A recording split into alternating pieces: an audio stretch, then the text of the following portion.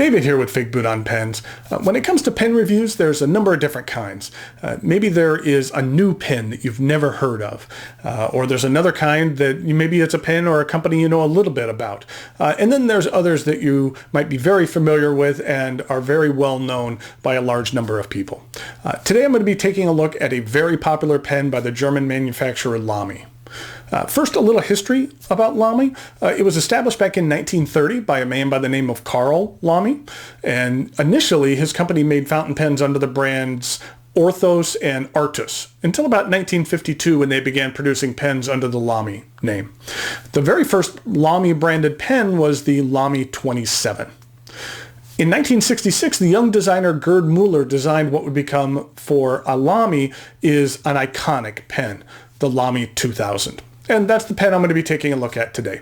What I'm going to do is go over some of the parts and the features of the Lamy 2000, talk about what I care for, some of the things I don't care for, show some measurements, size comparisons, and then provide a writing sample. My pen arrived in this box right here. Help if it was the right way. And inside, we got a neat little box. On the outside feels a little bit rubbery. I like it. I don't think I have any other boxes like it. The lid opens up to reveal the Lamy 2000. The inside of this box is a felt-like material with the Lamy logo embossed in the top. And when you take off the tray, inside we have the typical Lamy warranty, and then also their filling instructions and a little product catalog here. But more importantly, we have the pen. And this is the Lamy 2000 in Macrolon. Now, Macrolon is a type of black fiberglass which is lightweight and impact resistant and feels really nice in your hand. The material has a bit of warmth to it that's nice as well. And Macrolon is actually a brand name, kind of like Teflon, the coating that you find in nonstick pans. Now, I had mentioned the designer Gerd Müller. Before coming to work at Lamy, he actually worked for Braun, the company that makes electric shavers. And Müller was the co-creator of one of Braun's most famous shavers, the Sextant SM31. Looks a little familiar, doesn't it? The shaver looks a lot like the Lamy 2000. Müller adhered to the Bauhaus philosophy of design, which is something that you always hear about this pen. Bauhaus was an art school in Germany that operated from 1919 to 1933, which combined crafts as well as fine arts. The German term Bauhaus really literally translates to construction house, but it was kind of meant to mean the school of building, or understood to mean that. The school was the birthplace of a revolution in modern design. Its philosophy of form follows function meant that the one central tenet of the philosophy was that utility comes first. You focus on usability first and artistic flair is secondary. You want your design to be accessible. And in order to do that, you had to reduce your design down to its most essential elements. And the philosophy was something that really transformed the look and feel of advertising and architecture and even typography in living spaces. It was really a movement. So enough about history, let's look closer at a pen. The end of the cap is smooth and shiny. And then there is a circular groove. From what I can tell, it looks to be like a groove rather than a separate finial attached to the top of the cap. Then we have the stainless steel clip, which I really like. It's thick and has a bit of a squared off design and is hinged. And I like hinge clips a lot. On the underside of the clip, it says Germany 1. And on the side of the clip, it is engraved with the name Lamy. Not their logo, just the Lamy logo uses a kind of a slightly slanted, thicker font. This is just a simple, thin font. And I recently picked up a microscope camera. I don't know how much use it will be, but I thought it might be a fun little toy. And here's what the engraving looks like under a bit more magnification. The cap angles up a bit, and then has an angled step down to the barrel, which gets a little bit thicker. About here is the thickest point of the barrel, and then tapers down to the end of the barrel, which has a silver stainless steel insert. The cap snaps off to reveal one of the distinct features of this pen, this 14 karat gold hooded nib. You know, I really like the unique look of this nib. There's no branding or markings of any kind visible, but I've seen this pen disassembled and there's markings on the nib, but they're just lower where you can't see them. One issue I do find with this nib is that on occasion it does get a bit of nib creep, as you can see here. I don't have this issue with my Lamy 2000 stainless steel, with just on this particular Lamy 2000. So not all of them might have this nib creep issue, but I do find myself having to clean the section on a regular basis. And then here's the low profile feed along with the hole where the ink is sucked up into the barrel. The section is stainless steel and has a rather steep angle, but I don't find it to be slippery at all, mainly due to the texture on the section, which helps you maintain your grip. And then there is a seamless transition to the Macrolon barrel.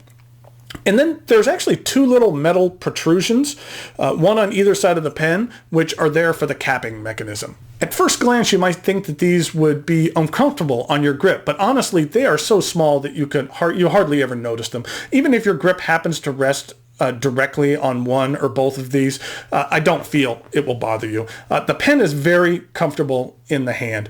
The Macrolon is rather light, but the stainless steel parts also serve to add a bit of weight to the pen. And you can use it posted. It does post very securely, and the cap is so light that in most cases I usually use this pen posted. Then we actually have a very nice ink window, which does a good job of letting you see the ink level, but it doesn't stand out so much like some ink windows can. When you look at the pen from some angles, you hardly even see it. Like when I'm doing this, you could barely even see that. It's just really subtle, and I like that. This is a piston filler, and so you can only use bottled ink. It will not take cartridges, and you just twist the piston knob at the end of the barrel in order to fill this pen. Now, I wanted to talk about the craftsmanship involved in this pen. The tolerances on this pen are minute to the point of almost being imperceptible. Here's the piston knob transition of the barrel. Now, magnified like this, you can easily see the vertical line, but to the naked eye, it is almost invisible. Even more remarkable is the transition from the stainless steel section to the Macrolon barrel. When holding the pen, you could really feel the difference. You could feel the difference between the materials, but you can't feel the seam at all. It's just superb manufacturing.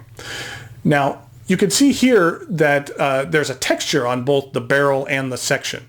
This is a texture almost like you would achieve with rubbing wood with a coarse sandpaper. You could see that the texture lines match up exactly between the barrel and the section. So I believe this is applied after the two parts are assembled. And so this would also serve to kind of sand down any perceptible transition between the parts. And here's another shot from the microscope.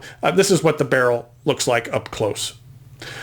The Lamy 2000 is available in extra fine, fine, medium, and broad with 14 karat gold nibs, and comes in 3 different styles. There is the Macrolon version. Then there is a stainless steel version, which I'll show during the writing sample and the size comparisons. And then recently, to celebrate the 50th anniversary of the Lamy 2000, they came out with what they call the Black Amber limited edition version, which is very similar to the stainless steel version, but with a thin outer coating to kind of slightly change the color to kind of something more a little titanium-ish type. The community was really looking forward earlier in the year to this pen coming out, with the anticipation that Lamy would do something really special for the anniversary. But in the end, the community was significantly underwhelmed by the release. The pen is great, mind you, but it's just a bit too similar to the stainless steel version, and folks were really hoping for something unique and different, especially for the premium price which they're charging for the limited edition. The retail price for the Lamy 2000 is right around $200, which means that you'll see them priced around $160 at retailers, which is a very reasonable price for this extremely well-designed and well-crafted pen. One of the things that I think is really awesome about the Lamy 2000 is that even though the design is 50 years old, it still looks very fresh and very modern. I mean, just about any other pen launched in the 60s looks really dated compared to modern pens. But if you didn't know the history of this pen, you'd believe me if I told you it just came out this year. It's really an incredible design that has stood the test of time. And if you're betting on what pens will be around 50 years from now, I'd put my money on the Lamy 2000. And 50 years from now, it'll probably look exactly the same as it does right now, and it'll still seem fresh, and it'll still seem new. So that is the Lamy 2000. Now it's time for some measurements, some size comparisons, and then a writing sample.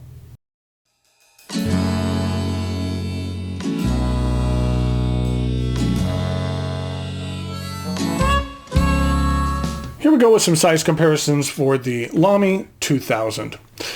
First of all, we have the Lamy 2000 in the stainless steel finish. The dimensions of these pens are exactly the same.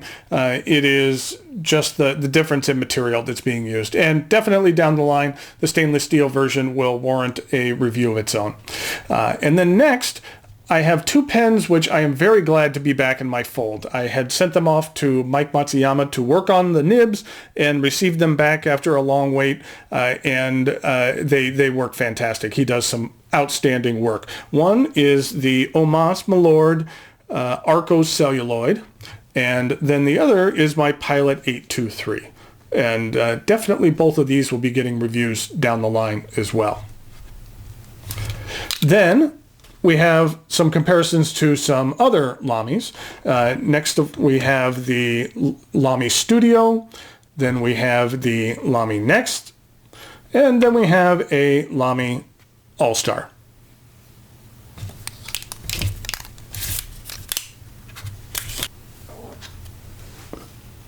So here we go with the writing sample for the Lamy 2000. And this is a medium 14 karat gold nib.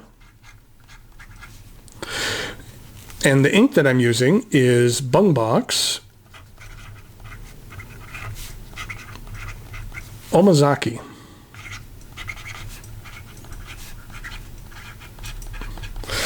This is what the ink looks like. It's a really nice deep blue, and as you can see here where it was a little more saturated, it has some decent amount of sheen to it. It's a little bit darker than something like Kompeki, but something that I did find it was somewhat similar to was the Mont Blanc Leo Tolstoy, that I found that it kind of sheened in the same way and is in that same kind of color family. This is the bottle that it comes in. Again, a very nice ink, but I'm not too fond of these Sailor bottles, but I do like these Bungbox inks a great deal. So now we have the rest of the writing sample.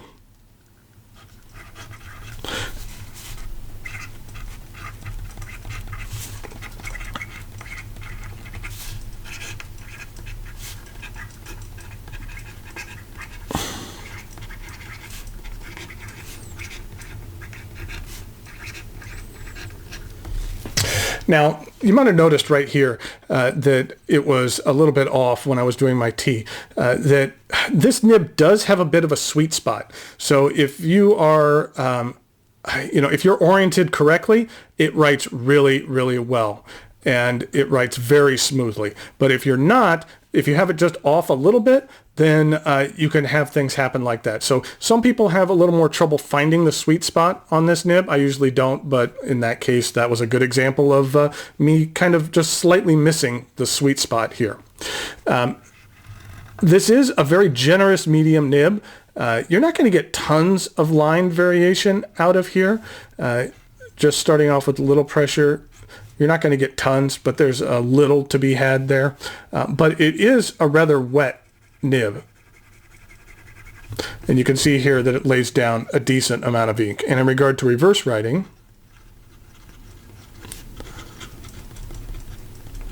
it doesn't do it that well, and it is a little bit on the scratchy side. And in regard to some fast writing,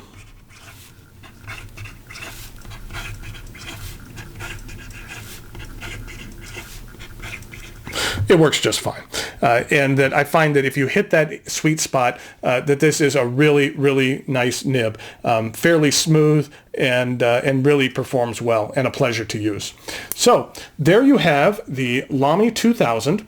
It's an iconic pen that I would highly, highly recommend. So thank you for watching, and I'll talk to you later.